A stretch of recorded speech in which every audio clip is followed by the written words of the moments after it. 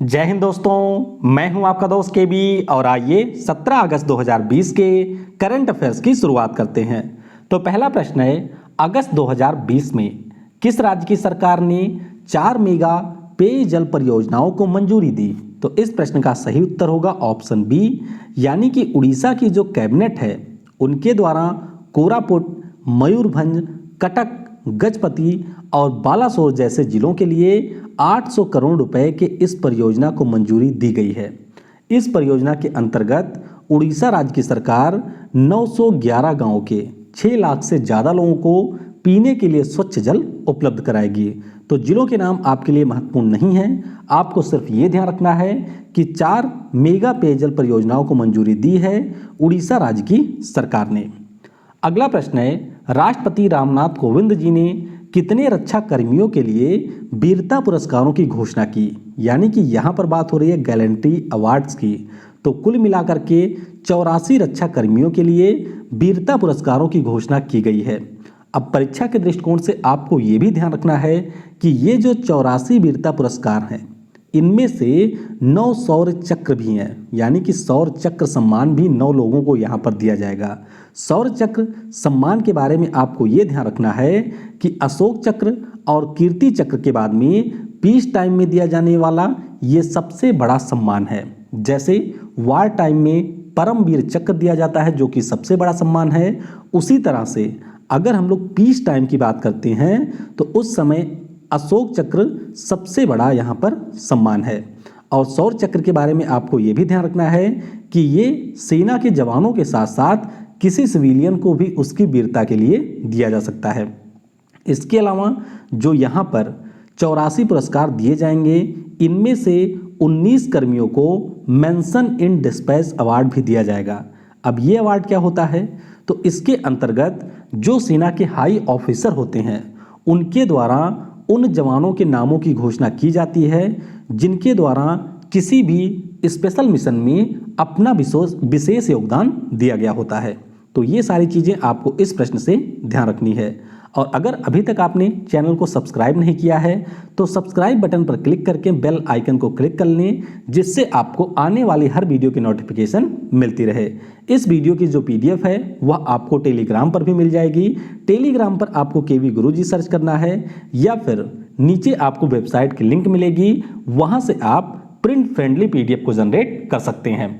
और आज शाम की एक बहुत ही महत्वपूर्ण वीडियो होगी क्योंकि कल यूपी में बीईओ का एग्ज़ाम हुआ है। तो लॉकडाउन के बाद में बीएड का एग्ज़ाम हुआ, उसके बाद में बीईओ का एग्ज़ाम हुआ, तो उनके प्रश्नों को हम लोग डिस्कस करेंगे। और वह वीडियो आपके लिए बहुत ही महत्वपूर्ण होगा क्योंकि इससे आपको पता चलेगा कि इस समय करंट अफेयर्स का ट्रेंड कैसा है और मेरे वीडियो करंट अफेयर के लिए कितने ज़्यादा हेल्पफुल हैं। अगला प्रश्न है, ई बाइक गो ने किस क्रिकेट खिलाड़ी को अपना ब्रांड एम्बेसडर नियुक्त किया?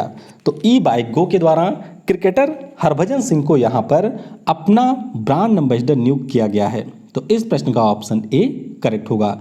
ई बाइक गो की बात करें तो यह एक स्टार्टअप है और इसके द्वारा जो भी यात्री होते हैं उनको किराए पर बाइक दिए जाते हैं। तो सिंपली आपको ये याद रखना है कि हरभजन सिंह को इन्होंने अपना ब्रांड एम्बेसडर अपॉइंट किया है।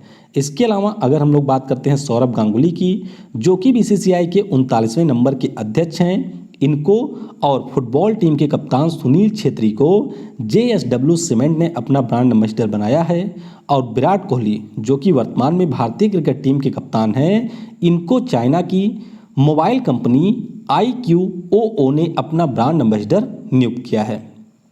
अगला प्रश्न है, अगस्त 2020 में किस संस्थान या कंपनी ने आयुर्वेदिक बायोडिग्रेडेबल फेस मास्क जिसका नाम है पवित्रा पति इसे विकसित किया? तो इसे विकसित किया है DIAT पुणे ने। तो इस प्रश्न का ऑप्शन सी करेक्ट होगा। तो DIAT इसका पूरा नाम है defence institute of advance technology, जो कि पुणे में स्थित है।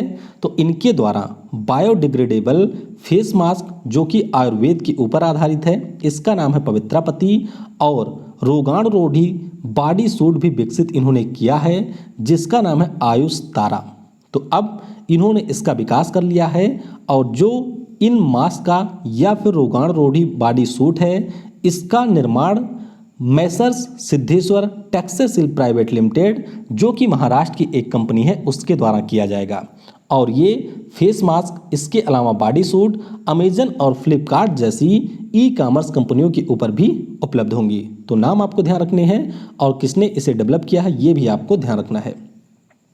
International film festival of India के 91वें संस्करण का आयोजन किस शहर में किया जाएगा? तो पिछले वर्ष 50वां संस्करण था, जो कि गोवा में आयोजित किया गया था, और इस वर्ष का संस्करण भी गोवा में ही आयोजित किया जाएगा। तो आपको ये ध्यान रखना है कि जो हमारे यहाँ पर international film festival of India होता है, ये प्रत्येक वर्ष गोवा में ही आयोजित किया जाता है। तो इस प्रश्न का ऑप्शन बी करेक्ट होगा। तो 20 से लेकर के 28 नवंबर तक इसका आयोजन किया जाएगा। आयोजनकर्ता की बात करते हैं तो गोवा राज्य सरकार की एंटरटेनमेंट सोसाइटी ऑफ गोवा के सहयोग से फिल्म फेस्टिवल निदेशालय के द्वारा इसका आयोजन कराया जाता है, और 1952 में इसके पहले संस्करण का आयोजन किया गया था। अगला प्रश्न है, टोक्यो ओलंपिक 2020 के लिए भारतीय टीम की आधिकारिक प्रायोजक कंपनी कौन होगी? यानी कि यहाँ पर बात हो रही है स्पॉन्सर्स कंपनी की, तो वो आपकी होगी आइनॉक्स ग्रुप। तो यहाँ पर ऑप्शन सी करेक्ट होगा। तो आपको ये पता ही होगा कि कोविड-19 के कारण जो टोक्यो ओलंपिक है उसका आयोजन 2020 की बजाय अब 23 जुलाई से लेकर के 8 अगस्त 2021 में किया जाएगा। और आईनॉक्स की बात करते हैं तो आईनॉक्स आपने देखा होगा कि जो हमारे मल्टीप्लेक्स होते हैं वे आईनॉक्स के कई सारे होते हैं। तो आईनॉक्स भारत की एक मल्टीप्लेक्स को संचालित करने वाली एंटरटेनमेंट कंपनी है। अगला प्रश्न है, भारत सरकार ने किस वर्ष तक सड़क पर शून्य मृत्यु दर निर्धारित किया है? यानी कि भारत ने ये टारगेट रखा है कि हमारे यहाँ पर जो रोड पे डेथ होती है उसको हम जीरो कर देंगे 2030 तक। तो इस प्रश्न का ऑप्शन ए करेक्ट होगा। दरअसल अभी Indo Australian chambers of commerce के रोड इंफ्रास्ट्रक्चर में व्यापार, निवेश और सहयोग के ऊपर एक सम्मेलन का आयोजन किया गया, जिसमें हमारे रोड, हाईवे और परिवहन मंत्री नितिन गडकरी जी के द्वारा ये घोषित किया गया कि हम लोग 2030 तक zero mortality rate on road achieve कर लेंगे। और ये जो भारत सरकार का अभियान है इसमें एशियाई विकास बैंक और विश्व बैंक इन दोनों के द्वारा 7-7 हज़ार करोड़ रुपए का सहयोग दिया जाएगा। और नितिन गडकरी की बात करते हैं तो आपको ध्यान रखना है कि रोड, हाईवे और परिवहन के साथ साथ MSME मामलों के ये मंत्री हैं, और इनकी कॉन्स्टिट्यूएंसी आपको मिलेगी कहाँ पर? नागपुर में। अगला प्रश्न है, किस राज्य की सरकार ने निजी शिक्षण संस्थानों को स्कूल की फीस में 25% रियायत देने के निर्देश दिए? तो ये घोषणा की है, यानी कि ये निर्देश दिया है असम राज्य की सरकार ने। तो इस प्रश्न का ऑप्शन डी करेक्ट होगा। तो असम राज्य के इस समय शिक्षा मंत्री हैं हेमंत बिस्वा, और उन्होंने जो भी राज्य के प्राथमिक से लेकर के 12वीं तक के स्कूल हैं उन सभी स्कूलों को ये निर्देश दिया गया है कि यहाँ पर आपकी जो भी फीस होगी उसमें आप 25% की कटौती करेंगे। यानी कि अगर फीस है 100 रुपये तो आपको यहाँ पर 75 रुपये ही छात्रों को चार्ज करने हैं। 15 अगस्त 2020 को किस देश ने अपने संस्थापक राष्ट्रपति की पुण्यतिथि पर राष्ट्रीय शोक दिवस मनाया? तो ये मनाया है बांग्लादेश ने। तो इस प्रश्न का ऑप्शन सी करेक्ट होगा। बांग्लादेश के शेख मुजीबुर रहमान का नाम आपने जरूर सुना होगा। तो इन्हीं की हत्या कर दी गई थी 15 अगस्त 1975 को, यानी कि ये इनकी 45वीं डेथ एनिवर्सरी थी।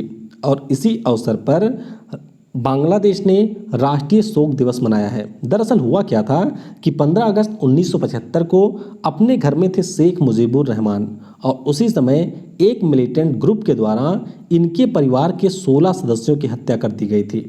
वर्तमान में इनकी बेटी शेख हसीना ही यहाँ की PM है। उस समय ये देश में मौजूद नहीं थी, वरना हो सकता है कि आज शेख हसीना भी जिंदा ना होती। तो आपको बांग्लादेश के बारे में ये ध्यान रखना है कि अभी भारत ने विशेष पार्सल ट्रेन बांग्लादेश के लिए चलाया है।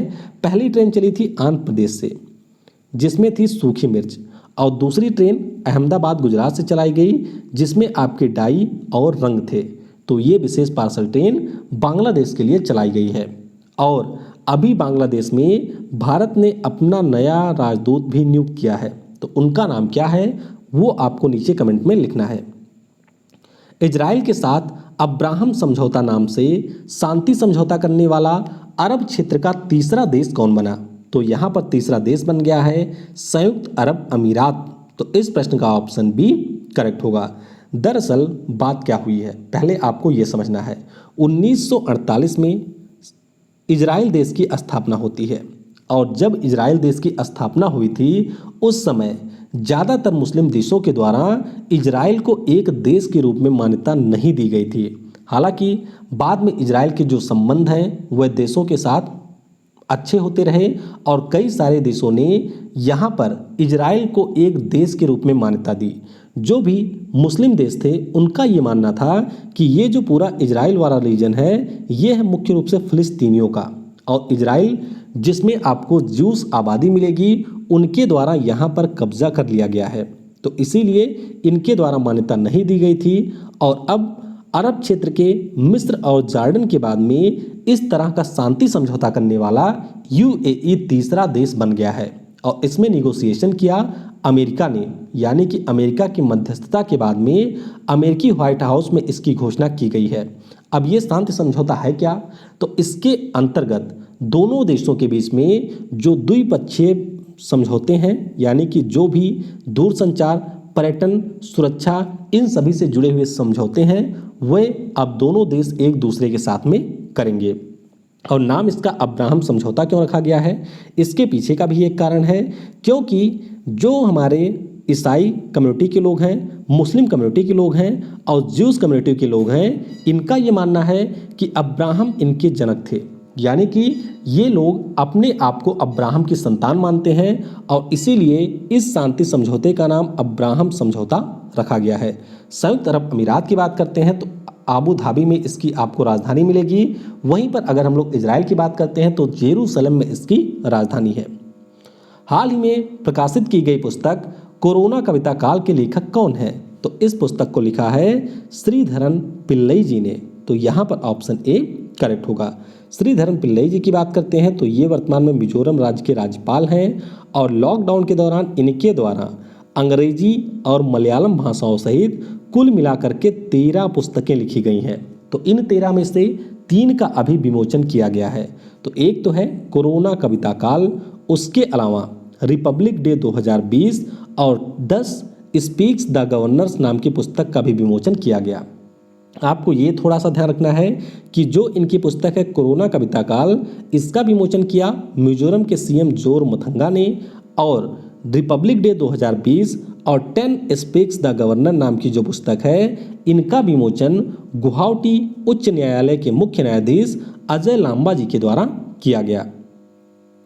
अगला प्रश्न है, राष्ट्रीय स्टॉक एक्सचेंज ने किस आईआईएम संस्थान के साथ मिलकर platform for investor education launch किया?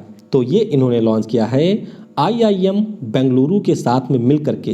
तो इस प्रश्न का ऑप्शन डी करेक्ट होगा।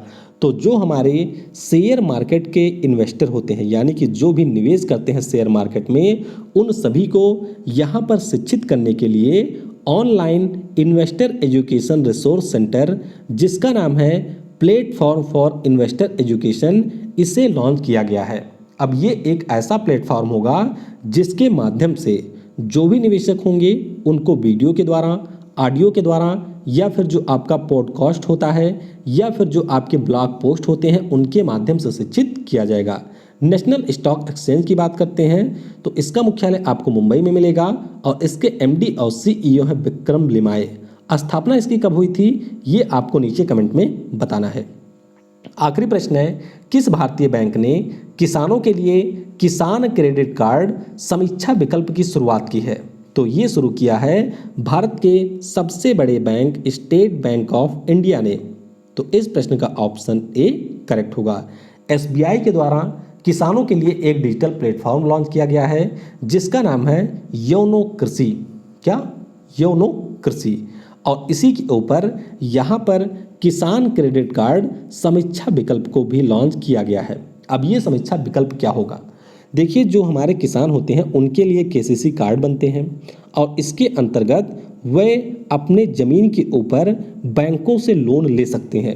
अब कई बार क्या होता है कि जो यहाँ पर इनके लिए अलॉट किया गया होता है पैसा, उस पैसे को ये कम या ज़्यादा करवाना चाहते हैं। जैसे मान लीजिए किसी किसान को 1 लाख का यहाँ पर किसान क्रेडिट कार्ड बना है और वो चाहता है कि इसमें 10 या 20 हज़ार बढ़ा दिया जाए या थोड़ा सा कम कर दिया जाए, या फिर वो किसी प्रकार से इसके बारे में जानकारी चाहता है, तो उसके लिए उस किसान को पार्टिकुलर बैंक में जाना होता था।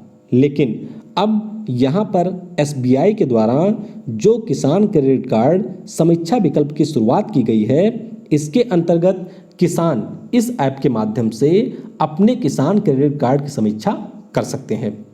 SBI ये राष्ट्रीयकृत हुआ था 1955 में, मुख्यालय है मुंबई में और अध्यक्ष इसके हैं रजनीश कुमार। तो यहाँ तक हमने सारे करंट अफेयर के प्रश्नों को डिस्कस किया। अगर आपको किसी प्रश्न में कोई डाउट होता है तो आप नीचे कमेंट सेक्शन में अपने डाउट को जरूर पूछ लिया करें।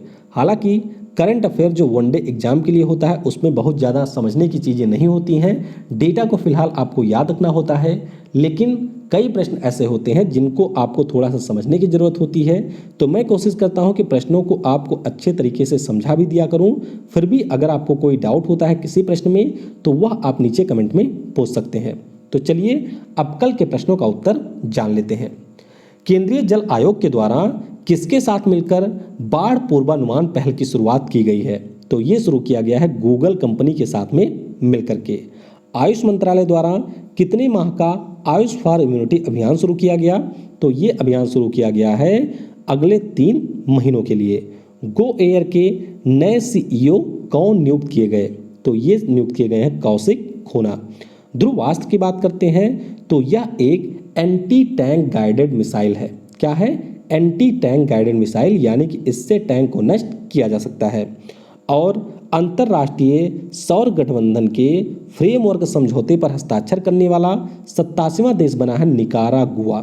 लेकिन आपको यहाँ पर यह भी ध्यान रखना है कि इस समझौते के सदस्य देशों की संख्या है 67 और 67वां देश यहाँ पर है सऊदी अरब। तो समझौते पर हस्ताक्षर किया है कुल मिलाकर के 87 देशों ने और सदस्य देशों की संख्या 67। आज की वीडियो से आपके लिए प्रश्न है, अभी हाल ही में एक रिपोर्ट आई है कि किस राज्य के द्वारा कोविड-19 का सबसे ज़्यादा टेस्टिंग की जा रही है? तो आपको बताना है वह राज्य कौन सा है। मारिया गोमेज किस देश के फुटबॉल खिलाड़ी हैं? इन्होंने संन्यास की घोषणा की है, तो आपको बताना है ये किस देश के खिलाड़ी हैं। भारत के किस राज्य में पहला कवक पार्क यानी कि लाइकेन पार्क विकसित किया गया? स्किल कनेक्ट पोर्टल किस राज्य के द्वारा लॉन्च किया गया? और राष्ट्रीय चिकित्सक दिवस कब होता है और इस वर्ष इसका विषय क्या था? तो इन प्रश्नों के उत्तर आपको नीचे कमेंट में देने हैं। वीडियो को समय देने के लिए आप सभी को बहुत बहुत धन्यवाद। Thanks for watching. जय हिंद, जय भारत और सबसे जरूरी, पढ़ेगा भारत तो बढ़ेगा भारत।